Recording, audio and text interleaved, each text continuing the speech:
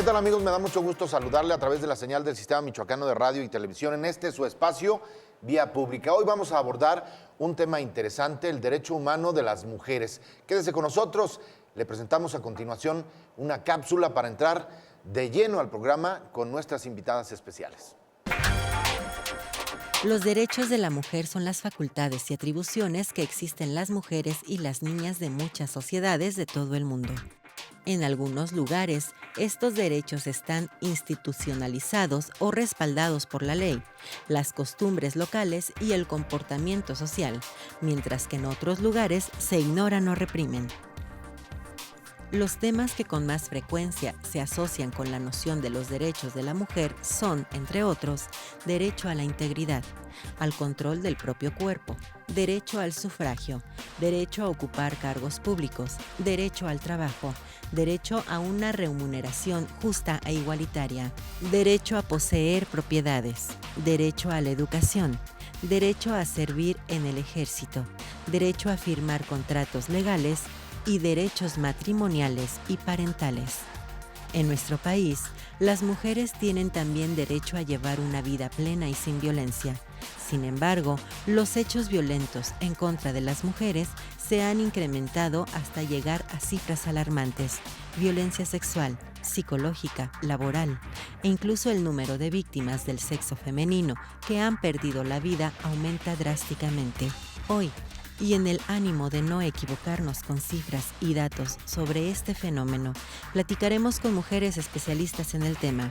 Ellas sí tienen datos y cifras y aunado a ello, platicaremos sobre la reciente declaración de alerta de género en 14 municipios de nuestra entidad.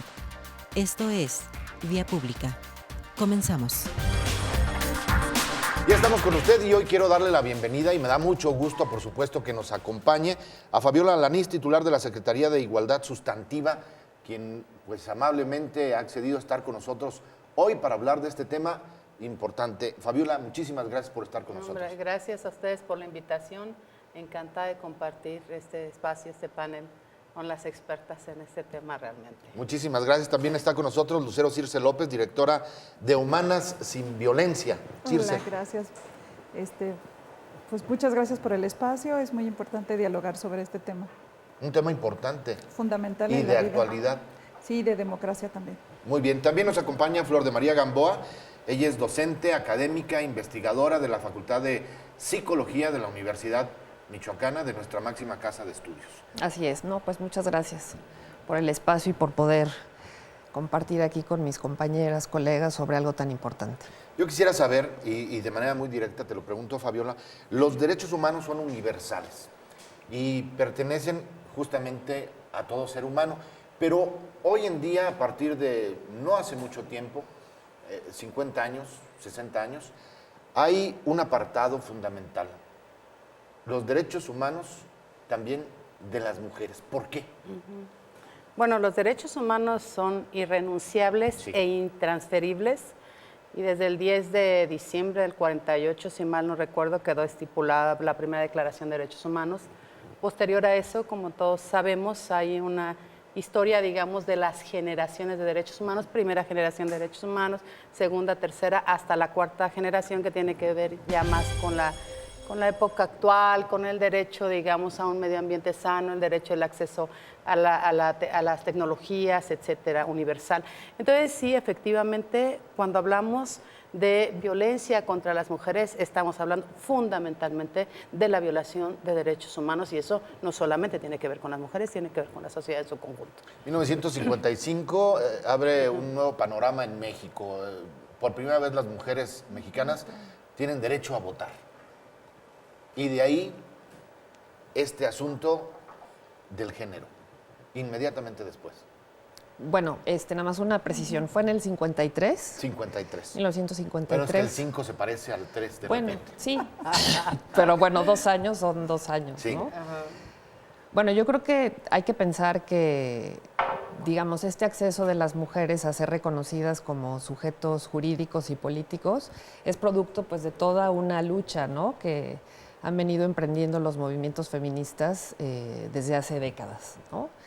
Evidentemente en cada momento ha habido cuestiones, inquietudes, problemas fundamentales que se han tenido que ir atendiendo a medida que se va, digamos, complejizando, ¿no? Entonces, efectivamente, las mujeres acceden a ese derecho a poder participar políticamente de manera formal, pero bueno, digamos, hay muchos otros derechos que no se han, digamos, conseguido que se respeten y que sean verificados por la justicia al día de hoy, ¿no?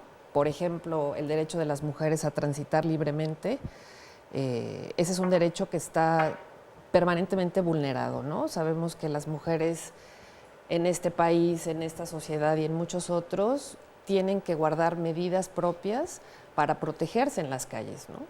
Por ejemplo, el tema del acoso sexual en las calles es muy fuerte, es algo que no se ha podido resolver de manera eficaz y ha dejado en la responsabilidad de las propias mujeres ese cuidado, ¿no? Saber por dónde no transitar, a qué horas, con qué tipo de ropa deben ir vestidas o no, si pueden hacerlo solas o acompañadas, ¿no? Cuando eso tendría que ser, digamos, medidas y mecanismos de protección que procedan, bueno, pues del Estado, ¿no? Y el derecho también a trabajar y percibir un salario, igual que el de los varones, también es un asunto de hoy, ¿no? Claro, hay un proceso todavía que si enunciamos y revisamos cuáles son esas desigualdades que nos tenemos tanto en la vida pública como privada, bueno, hay una brecha muy amplia de desigualdad entre hombres y mujeres, no solamente en nuestro estado, sino a nivel nacional, a nivel mundial. Las mujeres ganamos 30% menos que los hombres, ¿no? Y nuestro trabajo, no todo el trabajo que realizamos las mujeres es pagado, ¿no? Como Y además el las cuidado y la capacidades, crianza, ¿no? las capacidades son iguales, ¿no? Sí, aunque sí hay diferencias que tienen que ser reconocidas. O sea, yo creo que aquí el asunto es que si hablamos de igualdad jurídica, no significa necesariamente que en eso se traduzca propiamente en que los hombres y las mujeres seamos tratados, se supone que tendremos que ser tratados de igual manera ante la ley. Sin embargo, hay muchas diferencias y en los procedimientos y en la vida cotidiana y pública que estas diferencias son las que generan discriminación, generan violencia, generan desigualdad y son las mujeres las que tienen un mayor rezago en diferentes áreas, aunque sí ha habido aspectos en donde ha habido avances importantes y significativos, pero sin embargo la lucha y la demanda porque haya un reconocimiento de ciertas áreas en donde las mujeres necesitamos no solamente transitar libremente, sino tener una vida libre de violencia, ser reconocidas y tratadas por nuestras capacidades, reconociendo nuestras diferencias, porque bueno, las mujeres criamos, tenemos a los hijos, alimentamos, y esas situaciones no están consideradas muchas veces dentro de la ley o no están reconocidas propiamente dentro de medidas de protección, medidas de estímulos, o que las mujeres puedan decidir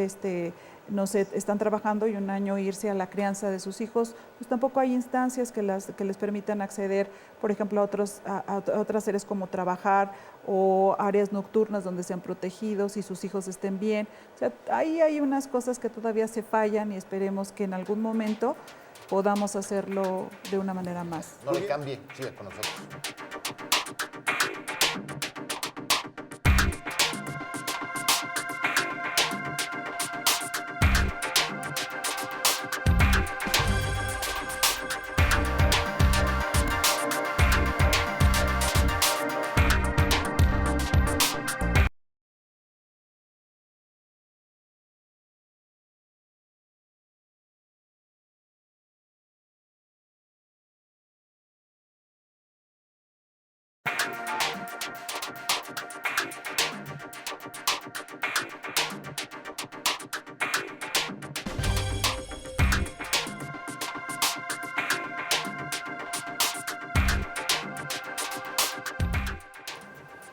Continuamos con ustedes. Quiero preguntarle directamente a Fabiola. Fabiola, ¿cómo ha sido trajinar de los derechos de las mujeres en este tiempo que llevas tú al frente? ¿Qué te has encontrado y cuáles son los principales derechos de las mujeres que han sido violentados?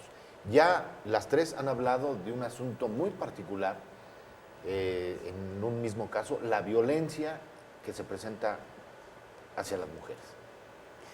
Pues sí, mi experiencia personal viene ya de tiempo, en un estudio que vengo haciendo sobre la situación de las mujeres en la Tierra Caliente desde hace ya algunos años, pero recientemente, digamos, las vivencias y lo cotidiano del trabajo que realizo me ha llevado a reflexionar y repensar algunas cosas, entre otras, que este fenómeno de la violencia es de tal complejidad que está más allá de las instituciones, que tiene que ver con la historia, que tiene que ver con la cultura, que tiene que ver con la construcción de un sujeto social que somos las mujeres, Sí. y que estamos predeterminadas históricamente, hemos estado predeterminadas históricamente a ciertos roles. Entonces, eso a nivel de las instituciones es, digamos, y en este momento de este gobierno, es, digamos, uno de los desafíos mayores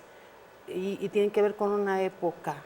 Y eso nos lleva a repensar la participación de todas y todos si queremos realmente disminuir los índices de violencia, porque yo lo vivo, lo cotidiano, y para mí en lo personal es muy difícil. Muy difícil que todos tus días estén llenos de mujeres que fueron violadas, de mujeres a las que les quitaron sus hijos, de mujeres asesinadas. El fin de semana hubo 2 asesinatos, el día de ayer otros 2 asesinatos de mujeres. Y después, cuando ya te metes a las estadísticas, te das cuenta que la violencia principal contra las mujeres está en los hogares, está en sus parejas, está en las que fueron sus parejas.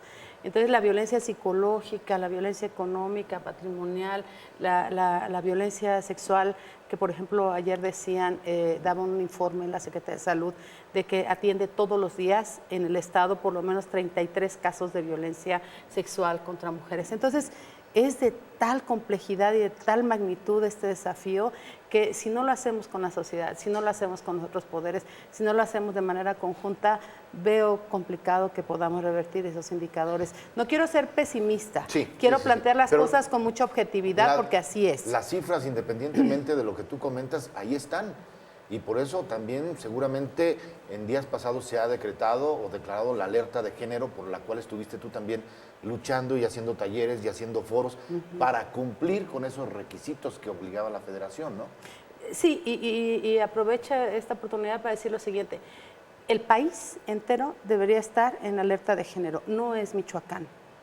Hoy alzaron la voz en el Congreso de Guerrero, hay 19 solicitudes de alerta de género en el país, hay indicadores nacionales que indican el crecimiento de esta violencia. La diferencia es que en Michoacán el propio gobernador del estado encabezó ese esfuerzo por que el gobierno federal decretara la alerta de género con el antecedente que todos conocemos y que ha sido grandioso, la participación de Humanas Sin Violencia que representa y que encabeza nuestra amiga Circe López.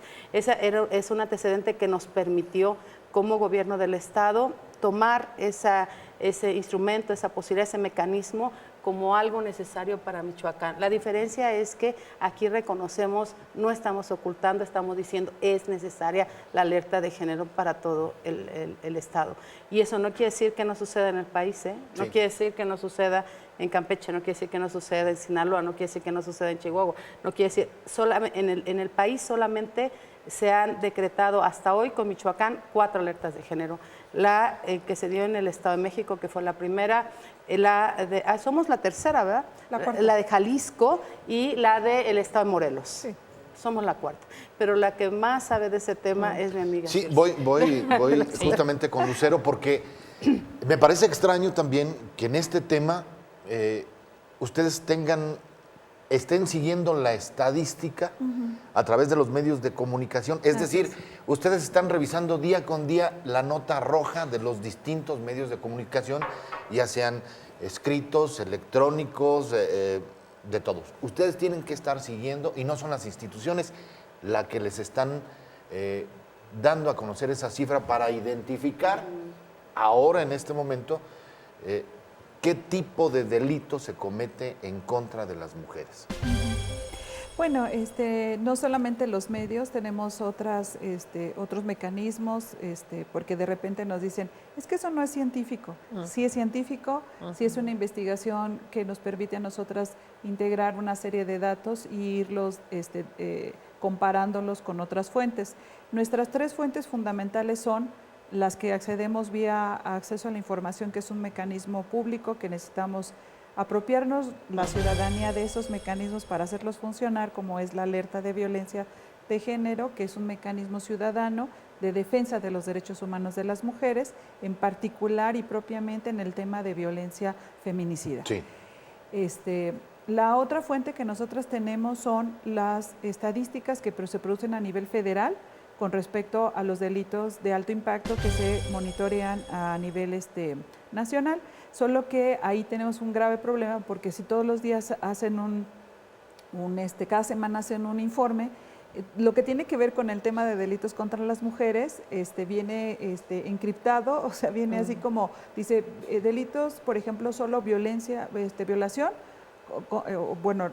relacionándolo viene como con la un violencia sello sexual, de top secret.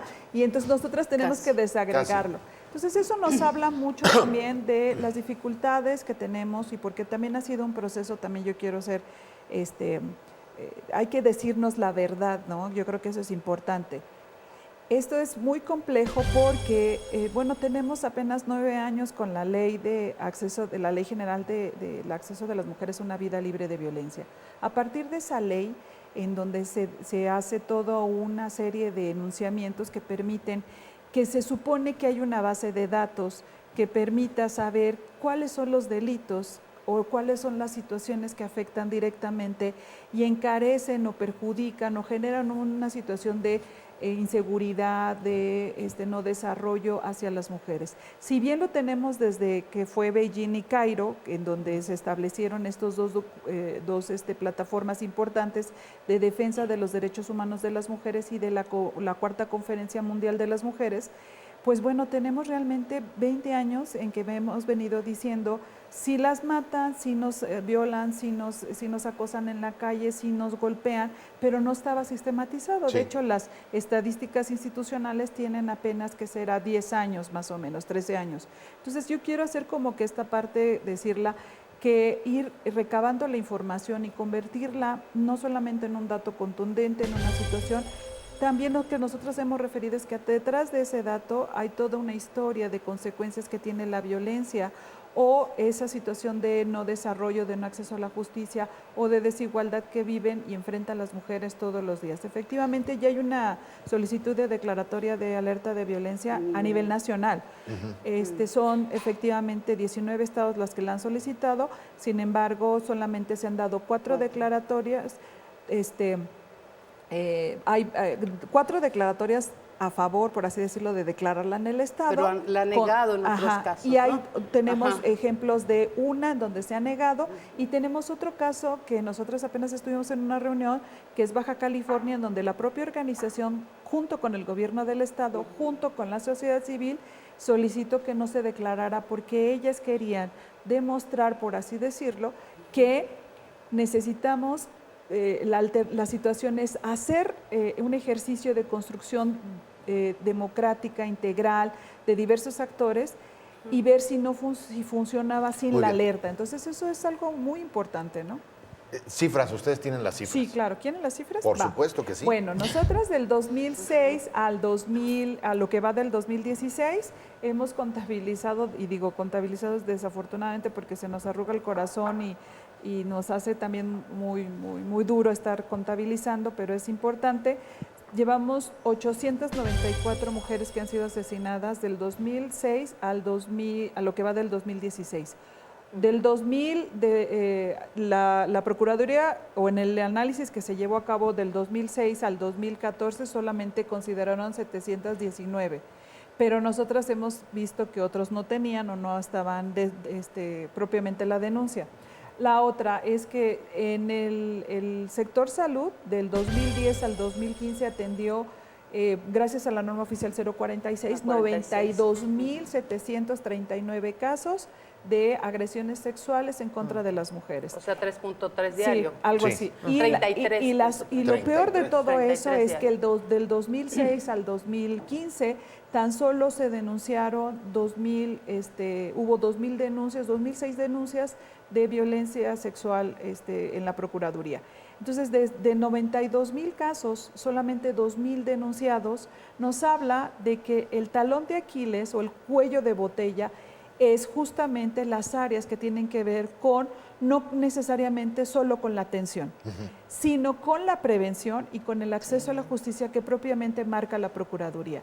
La Procuraduría sigue siendo un talón de Aquiles para nosotras porque en realidad su percepción sobre la violencia es tan limitada, tan estrecha, que no permite justamente que las mujeres mejoren sus denuncias, mejoren la atención, tengan acceso a la justicia y que además tengamos una estadística confiable. Y el procurador no se quiere sentar con nosotras para que digamos, a ver cómo lo estás analizando tú, pero ahora con la alerta va a tener que hacerlo. Evidentemente. Cifras duras, cifras reales. Vamos a hacer una pequeña pausa, regresamos.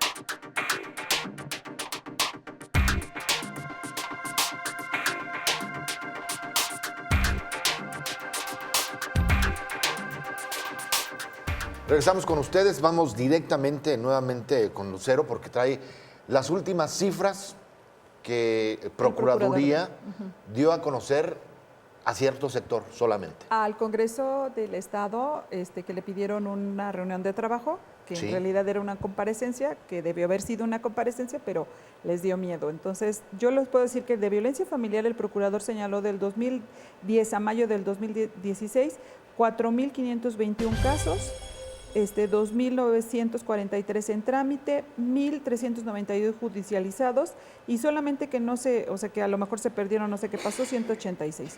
Resoluciones de homicidios dolosos en contra de las mujeres del 2010 a mayo del 2016, 577 para él y en trámite 396 y judicializados 166. Eso quiere decir que judicializados quiere decir que están en ese proceso Sí. y que no sabemos que si si tienen al culpable, si se agarró, etcétera. De violencia sexual, violación propiamente del 2010 al 2016 solamente tienen ellos 2.181 denuncias, es lo que yo decía. Y de resoluciones de violación, ellos lo único que tienen 844 judicializadas y en trámite 1.320. Registros de, ellos hablan de, por ejemplo, resoluciones de investigación de homicidios dolosos, solamente 38. Es decir, de los datos que ellos están dando sobre los homicidios, de 577, ellos lo único que están en trámite para hacerlo son 38, o sea que están en investigación, judicializadas solo 9 e iniciadas 47. Ahí son las diferencias en donde decimos que cuando ellos dicen feminicidios, ellos solamente están considerando determinadas características porque recordemos que el tipo penal del feminicidio apenas estuvo en Michoacán en el 2014. Sí. Entonces, y aún así se han hecho observaciones sobre la misma, apenas la diputada del PAN presentó la iniciativa de modificación del Código Penal en tipificación Andrea. Andrea, sí. Entonces, me parece muy importante porque eso habla de que los datos que construimos junto con los que presenta la Procuraduría son dos visiones totalmente diferentes. Entonces, por ejemplo, mientras ellos dicen hay 7, 8, 84, 54, nosotros estamos diciendo, por eso siempre hemos dicho mujeres asesinadas, 894 hasta este momento. De esos habría, y ahora con la instrucción que dijo el licenciado Osorio Chong cuando declaró la alerta, están obligadas la Procuraduría a que todas las muertes de las mujeres sean investigadas bajo el protocolo de feminicidios. No pueden descartar el hecho de que asesinen a una mujer no signifique que haya sido asesinada por odio, con dolo, con venganza, con saña y bueno, todo lo Por que... celopatía hay muchos casos, ¿no? Es gravísimo, por eso decíamos que el entorno familiar es el que más está generando esta Este violencia. tipo de La celopatía violencia. es un fenómeno que han estado comentando las expertas en psicología y en sociología, que es un ingrediente que está juntando. Flor, ¿qué es lo que está pasando efectivamente al seno de las familias? ¿Qué es donde está sucediendo los mayores casos? ¿Por qué también no se denuncia? ¿Qué tenemos que hacer ahí?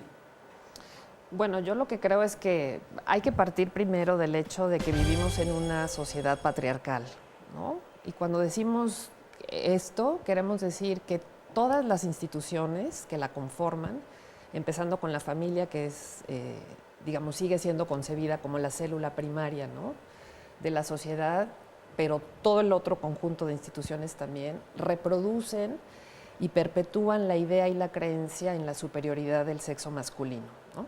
Entonces, eso implica que los valores, las experiencias, las ideas y los puntos de vista de los varones son las que dominan en la forma de organizar las relaciones sociales, las relaciones afectivas, erótico-amorosas, ¿no?, desde las más básicas, que podemos ubicarlas en lo que se llama el ámbito de la intimidad, hasta las más públicas, ¿no? Partiendo de eso, hombres y mujeres dentro de los contratos amorosos que establecemos para formar una familia, estamos atravesadas por esas creencias y por esos mitos. De manera muy concreta se traducen en roles, ¿no?, o en tareas propias, en conductas específicas atribuidas a hombres y a mujeres dentro de ese funcionamiento relacional, ¿no? En ese sentido, se piensa, por ejemplo, que las mujeres dentro de una relación amorosa tienen ciertas responsabilidades o deben comportarse de cierta manera, con cierta sumisión, con cierta obediencia, ¿no? Las mujeres no deben expresar sus puntos de vista, deben estar siempre como muy alertas y vigilantes a lo que desea el compañero, ¿no?, marido, novio, o como se le quiera llamar, los hijos, por supuesto, y por el contrario, los varones asumen un rol, digamos, más activo, ¿no?, de tomar decisiones, decidir por dónde se van a, cómo se va a construir esa familia o cómo se va a construir ese vínculo. Lamentablemente, desde esa perspectiva, una narrativa que tiene una fuerza increíble para proporcionar significados y sentidos a las relaciones familiares es la narrativa del amor romántico. El amor romántico, bueno, podríamos pensarlo como algo propio solamente de las novelas o de las películas. Idílico. En realidad funciona como un ideal en nuestras cabezas. ¿Cuánto tiempo? Pues para toda la vida, ¿no? Y marca una serie de valores o de preceptos que tienen, digamos, un impacto en la manera en que hacemos nuestros vínculos íntimos, ¿no? Esta idea, por ejemplo, que el otro es de mi propiedad, que hay cierta exclusividad, que el amor es para siempre, tiene que ver con esos finales en las películas que vemos, cuando un hombre y una mujer se dan la mano mirando hacia un horizonte poblado de pajaritos y de flores hermosas, pero nunca sabemos qué pasó después de eso, ¿no? Todo el mundo nos vamos con la idea que fueron felices para siempre. Entonces, esas ideas del amor romántico impregnan nuestra manera de pensar y de sentir al otro, y de alguna manera reproducen violencia porque en esa narrativa hay mucha desigualdad, ¿no? Hay mucha distribución inequitativa de poderes. No podemos, hombres y mujeres, comportarnos de la misma manera, ¿no? Las mujeres tienen que ser pasivas, tienen que esperar, ¿no? Hoy día nos planteamos escenarios de noviazgo donde todavía las chicas tienen duda de si respecto a ellas invitar al chico a salir es algo malo, ¿no? Porque entonces las ubica como en una categoría de las mujerzuelas, ¿no? A diferencia de la categoría de las mujeres decentes, porque una mujer decente espera a que el hombre te aborde, te conquiste, se aproxime, ¿no? Y tú ya tomas después la decisión, ¿no? Eso implica reproducir y montar escenarios de violencia precisamente en los ámbitos de mayor intimidad, donde estamos más vulnerables. Y efectivamente, los asuntos de violencia sexual, desde las más sencillas hasta las más complicadas, Se se dan en generan. esos ámbitos. Se generan ahí. Sí. Vamos a hacer una pequeña pausa, regresamos, no le cambie, estamos en vía pública con este tema importante, los derechos de la mujer.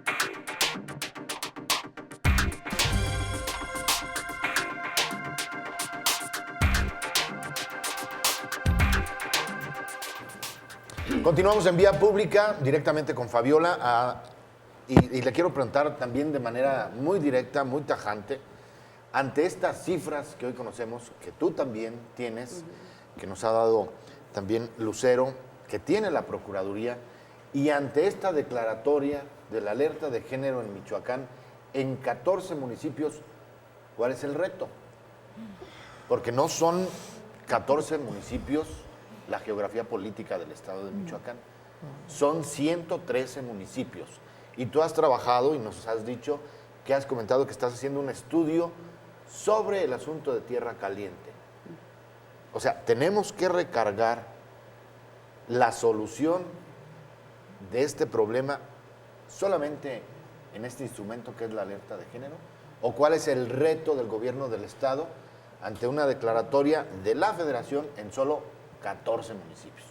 Así de claro y ya. Bueno, nosotros solicitamos que la alerta de violencia de género fuera para los 113 municipios.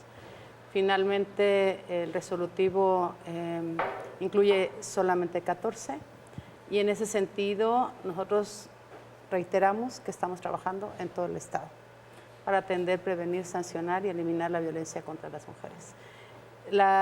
El mecanismo de alerta de género es fundamental y se viene a sumar a otras estrategias Sí. que ya veníamos realizando. Yo tengo entendido, permíteme interrumpir, tengo entendido que el Ejecutivo Estatal también pugnó porque fuera declarado en los 113 municipios. Sí. No Así se fue. logró, son 14. Así está establecido en las actas. Exactamente, son 14. Entonces, ¿qué tenemos para esos 14? ¿Y cuál es el reto de los otros? ¿Tenemos fiscalías especializadas en los municipios? ¿Qué tipo de recursos le van a llegar a Michoacán para justamente que las demás instituciones se sumen y no recargar todo en este instrumento? Sí, el día 9 de julio, o el día 11 o 9 de julio, estamos obligados a presentar un informe del presupuesto que se ha asignado para combatir la violencia contra las mujeres, atender, prevenir, sancionar, y se tiene que presentar ante el grupo de trabajo qué presupuesto hemos aplicado y qué presupuesto vamos a aplicar. ¿Y cuánto va a llegar? Y de qué origen. O sea, ahí seguramente la federación tendrá un papel importante que hacer y tendrá seguramente números que asignar a Michoacán. ¿Tú ya sabes qué números va a asignar No. a Michoacán? No lo sabemos. Se tiene que formalizar el grupo multidisciplinario que va a dar seguimiento a las medidas, seguimiento, orientación, a las medidas que se van a tomar. Yo le apuesto mucho, personalmente lo digo, al tema de la educación y la cultura. Eso es fundamental. Y en la cuestión de la contención, procuración, prevención, también hay una gran apuesta por la Ciudad de las Mujeres. Se está construyendo ya la Ciudad de las Mujeres en Mújica y está por arrancar en Huetamo. Nosotros hacemos el cálculo que vamos a atender a 100,000 mujeres de toda esa región, de esas dos regiones, en un año. Ahora, no es suficiente tener la Ciudad de las Mujeres. ¿Qué enfoque le vamos a dar? ¿Realmente vamos tenemos que contribuir a la prevención, a la formación, a la atención, por ejemplo, el embarazo adolescente, Sí. que es el más alto del país, que es otra situación que te coloca frente a una alerta que tiene que ver con las condiciones en las que crecen y se desarrollan las jovencitas. El asunto del embarazo adolescente, 30 de cada 100 embarazos Y de 11 a en nuestro 14 estado son de jovencitas de 12 a 19 años, y a nivel nacional son el promedio son 17, y aquí 17. 30. Entonces, es algo que se tiene que atender junto con la cuestión de las adicciones. Que las adicciones, ahorita tenemos comunidades donde el 70% de los jóvenes son adictos en la Tierra Caliente. Y eso estamos haciendo un estudio porque eso impacta directamente en actos que son violatorios a los derechos humanos de las mujeres. Entonces, por eso decía que es sumamente complejo. Y de medidas, el mecanismo de alerta de género es fundamental. Los recursos son fundamentales. El equipo multidisciplinario que dé seguimiento, las expertas desde las organizaciones de la sociedad civil que puedan contribuir a esto es fundamental. Y la ciudad de las mujeres es fundamental. Pero el tema de procuración, impartición de justicia, eso tiene que ser el sello distintivo, porque además estamos obligados por ley a hacerlo. Cuando se emite la alerta de violencia de género, el componente mayor tiene que ver con procuración, impartición de justicia, y son las áreas que tienen que definir qué se va a hacer, si va a haber más fiscalías, cómo lo vamos a hacer en las regiones. Por ejemplo, no hay fiscalía en Uruapan, por ejemplo, no hay fiscalía en Marabatío, en Tacámbaro tampoco hay. Entonces es un asunto que se está diseñando, que se está planeando, y que el gobernador ha dicho, vamos con todo a combatir la violencia contra las mujeres. Entonces, eso es una ventaja que ya quisieran tener otros estados. Yo me siento afortunada de estar en este proyecto porque veo que hay un gran compromiso. Entonces, ahora hay que estar todos a la altura. Es un reto, sin lugar a dudas, es un reto enorme. Y Humana Sin Violencia, ¿cómo lo ve, cómo lo percibe hasta este momento el esfuerzo al que hace referencia Fabiola, pero también cómo ha visto de este momento hacia atrás y cómo ve de este momento hacia adelante? Bueno, es un asunto sumamente complejo. Nosotras consideramos que si bien se pide para todo el Estado, aquí a mí me parece que habría que puntualizar dos cosas. Una, la primera es que estos 14 municipios que están seleccionados es por una situación definida dentro de la propia definición del artículo de la alerta de violencia, que creo que es el artículo 22, que señala que son instrumentar acciones y mecanismos para prevenir la violencia y garantizar la seguridad de las mujeres en un territorio geográfico determinado. Sí. Me parece importante señalar porque es muy, muy amplio hablar de una extensión territorial tan grande como tenemos en el estado, 113 municipios. Sin embargo, a mí me parece que es necesario y es muy importante que se hayan considerado estos municipios por una razón fundamental, porque representan de alguna manera las diversidades de situaciones y contextos de las violencias que enfrentan las mujeres en el estado. Están municipios que están integrados, donde hay asentamientos de mujeres indígenas, que es una situación muy particular, otra en donde están mujeres necesariamente del área rural, que enfrentan una particularidad de la violencia, y están mujeres que es dentro de la costa, el centro, municipios pegados también hacia los diferentes fronteras que tenemos, Jalisco, Guanajuato, Estado de México. Pero no es suficiente. Me parece que es suficiente en primer momento, porque tenemos que hacer un proceso de evaluación en un año. Sí. Es que esto es importante decirlo. La alerta no tiene una limitación de decir, en un año se tienen que cumplir las cosas, no. En un año se tiene que evaluar qué está pasando y qué sucede, si funcionan o no los mecanismos que están señalados en la alerta y unos que vamos a instrumentar nosotras. Es muy complejo porque es cuesta arriba, es decir, todo lo que sea, porque cada 3 años se desmontan cosas que los municipios tienen que hacer. Me parece importante que sean estos municipios, porque algunos de los presidentes municipales de estos municipios me dio mucha risa, porque antes de la declaratoria de la alerta ellos decían, no, yo no tengo problemas, eso lo van a declarar en otro municipio. De verdad, porque además no saben jurídicamente que están obligados a hacer acciones. Ahora, ¿qué tiene que ver con los recursos? Porque los recursos sí son muy importantes. Bueno, nosotros estamos investigando porque la alerta de violencia y la ley hace 9 años sí tenía un fondo en donde tendría que distribuirse los estados en donde se había solicitado la alerta para atender la situación en concreto que se estaba, las recomendaciones que se estaban desarrollando. El problema es que llevamos alrededor de 6 años, 7 años, en donde ese fondo desapareció. Nosotros en unos días vamos a tener reuniones con el Congreso de la Unión, con la Comisión, porque hemos venido trabajando nosotras, porque lo que queremos es saber qué pasó con ese dinero, dónde se fue ese dinero, y los estados que habían solicitado la alerta, ¿realmente se les entregó el dinero? ¿El gobierno federal? El gobierno federal. ¿De qué fondo? ¿De CONAVIM o de...? No, es el fondo específico para la la alerta. alerta. Y eso es algo que es Pero a través de importante CONAVIM. señalar. Ajá. ¿Qué CONAVIM o pasó Seguro. y mujeres y CONAVIM nos tienen que rendir cuentas? Porque aquí el problema es que no es solamente el problema que enfrenta el Estado y los municipios, sino todo un asunto de corrupción y de impunidad y de desvío de recursos, donde no se quedó este dinero establecido y algo le pasó, se desapareció.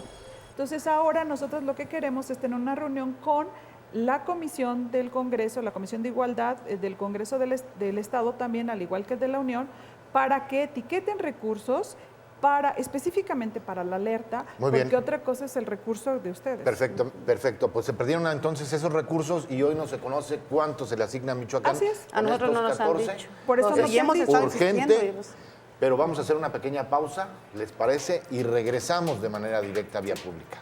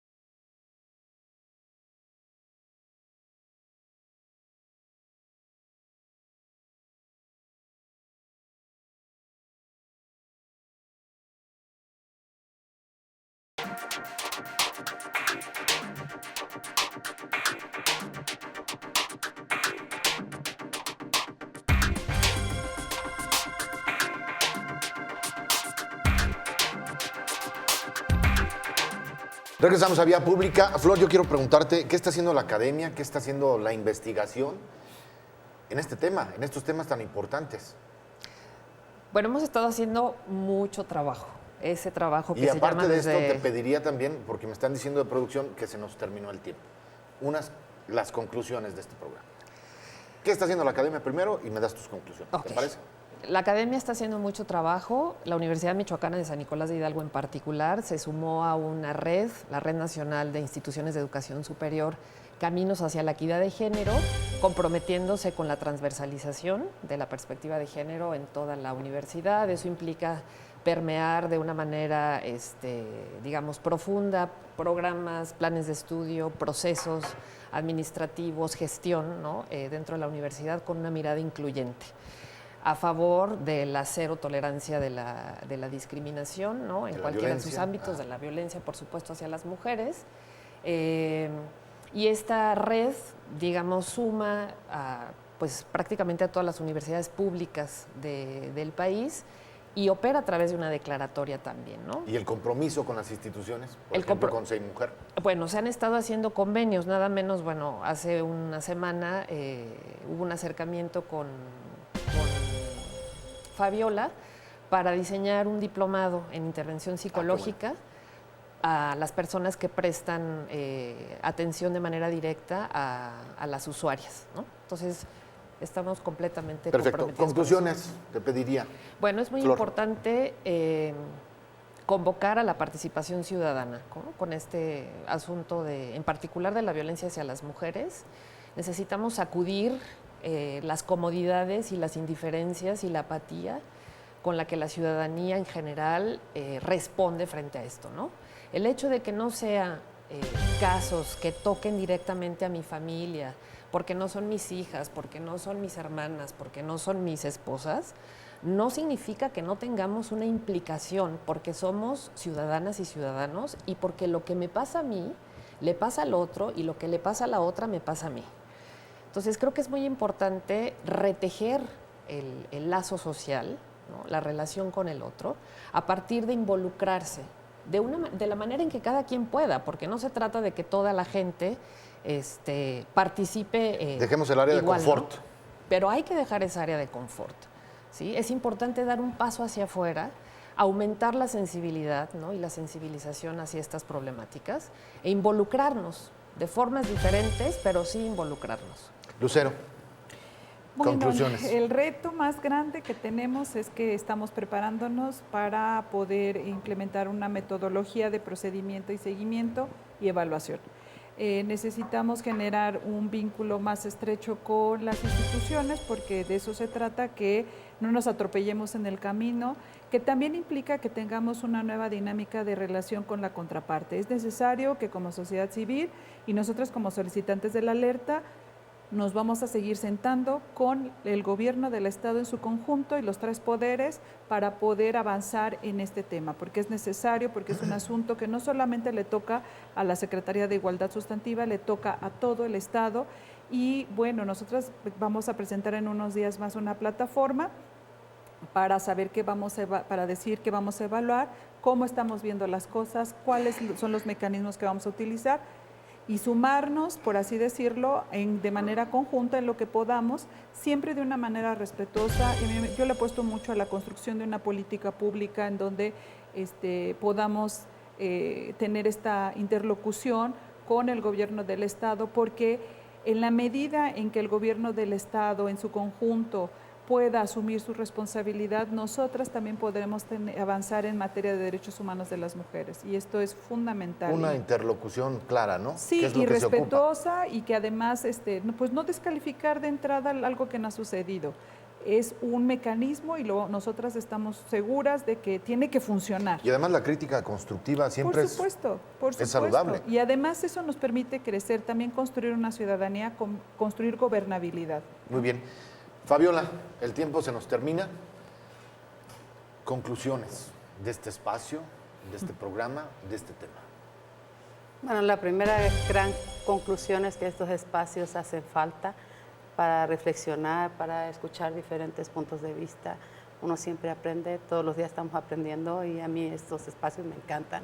Después decir que estamos transitando en Michoacán a una etapa de institucionalización de la perspectiva de género, que se dice fácil, pero no lo es. Es decir, que el gobierno asuma su responsabilidad de la promoción de la perspectiva de género en la cosa pública. Eso es un proceso largo, pero hay que empezar. Se decretó, por ejemplo, las unidades de igualdad sustantiva, están decretadas, están constituidas.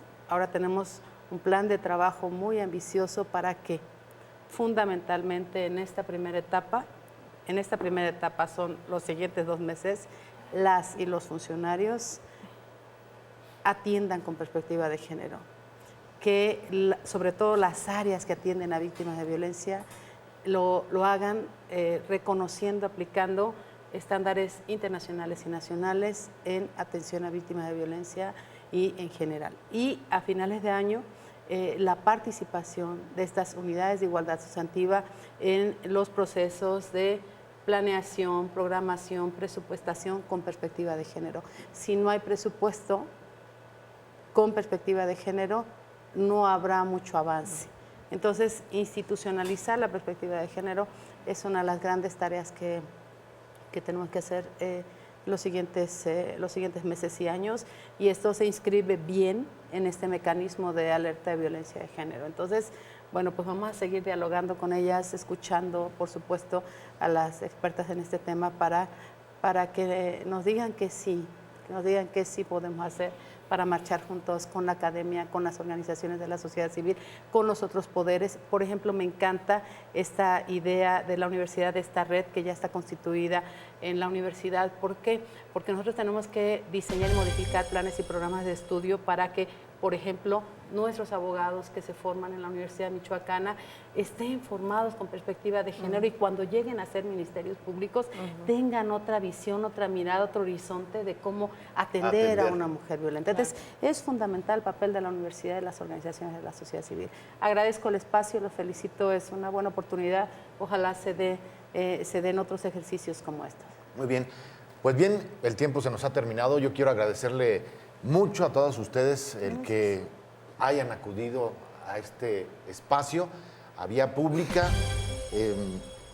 Sin lugar a dudas es un reto enorme el que tenemos enfrente y no solamente lo tienen las mujeres, sino también los varones. Claro. Quiero agradecerles muchísimo. Flor de María, muchas gracias. Al contrario. muchas Lucero gracias. también. Gracias. Y Fabiola, muchas gracias por estar Encantada, con nosotros. muchas gracias a ti. Y sobre todo quiero a usted agradecerle el favor de su atención e invitarlo para que nos siga a través de la señal del Sistema Michoacano de Radio y Televisión todos los martes y los jueves aquí en Vía Pública con temas importantes. Por su atención y preferencia nuevamente, muchas gracias. Que tenga usted una muy buena noche.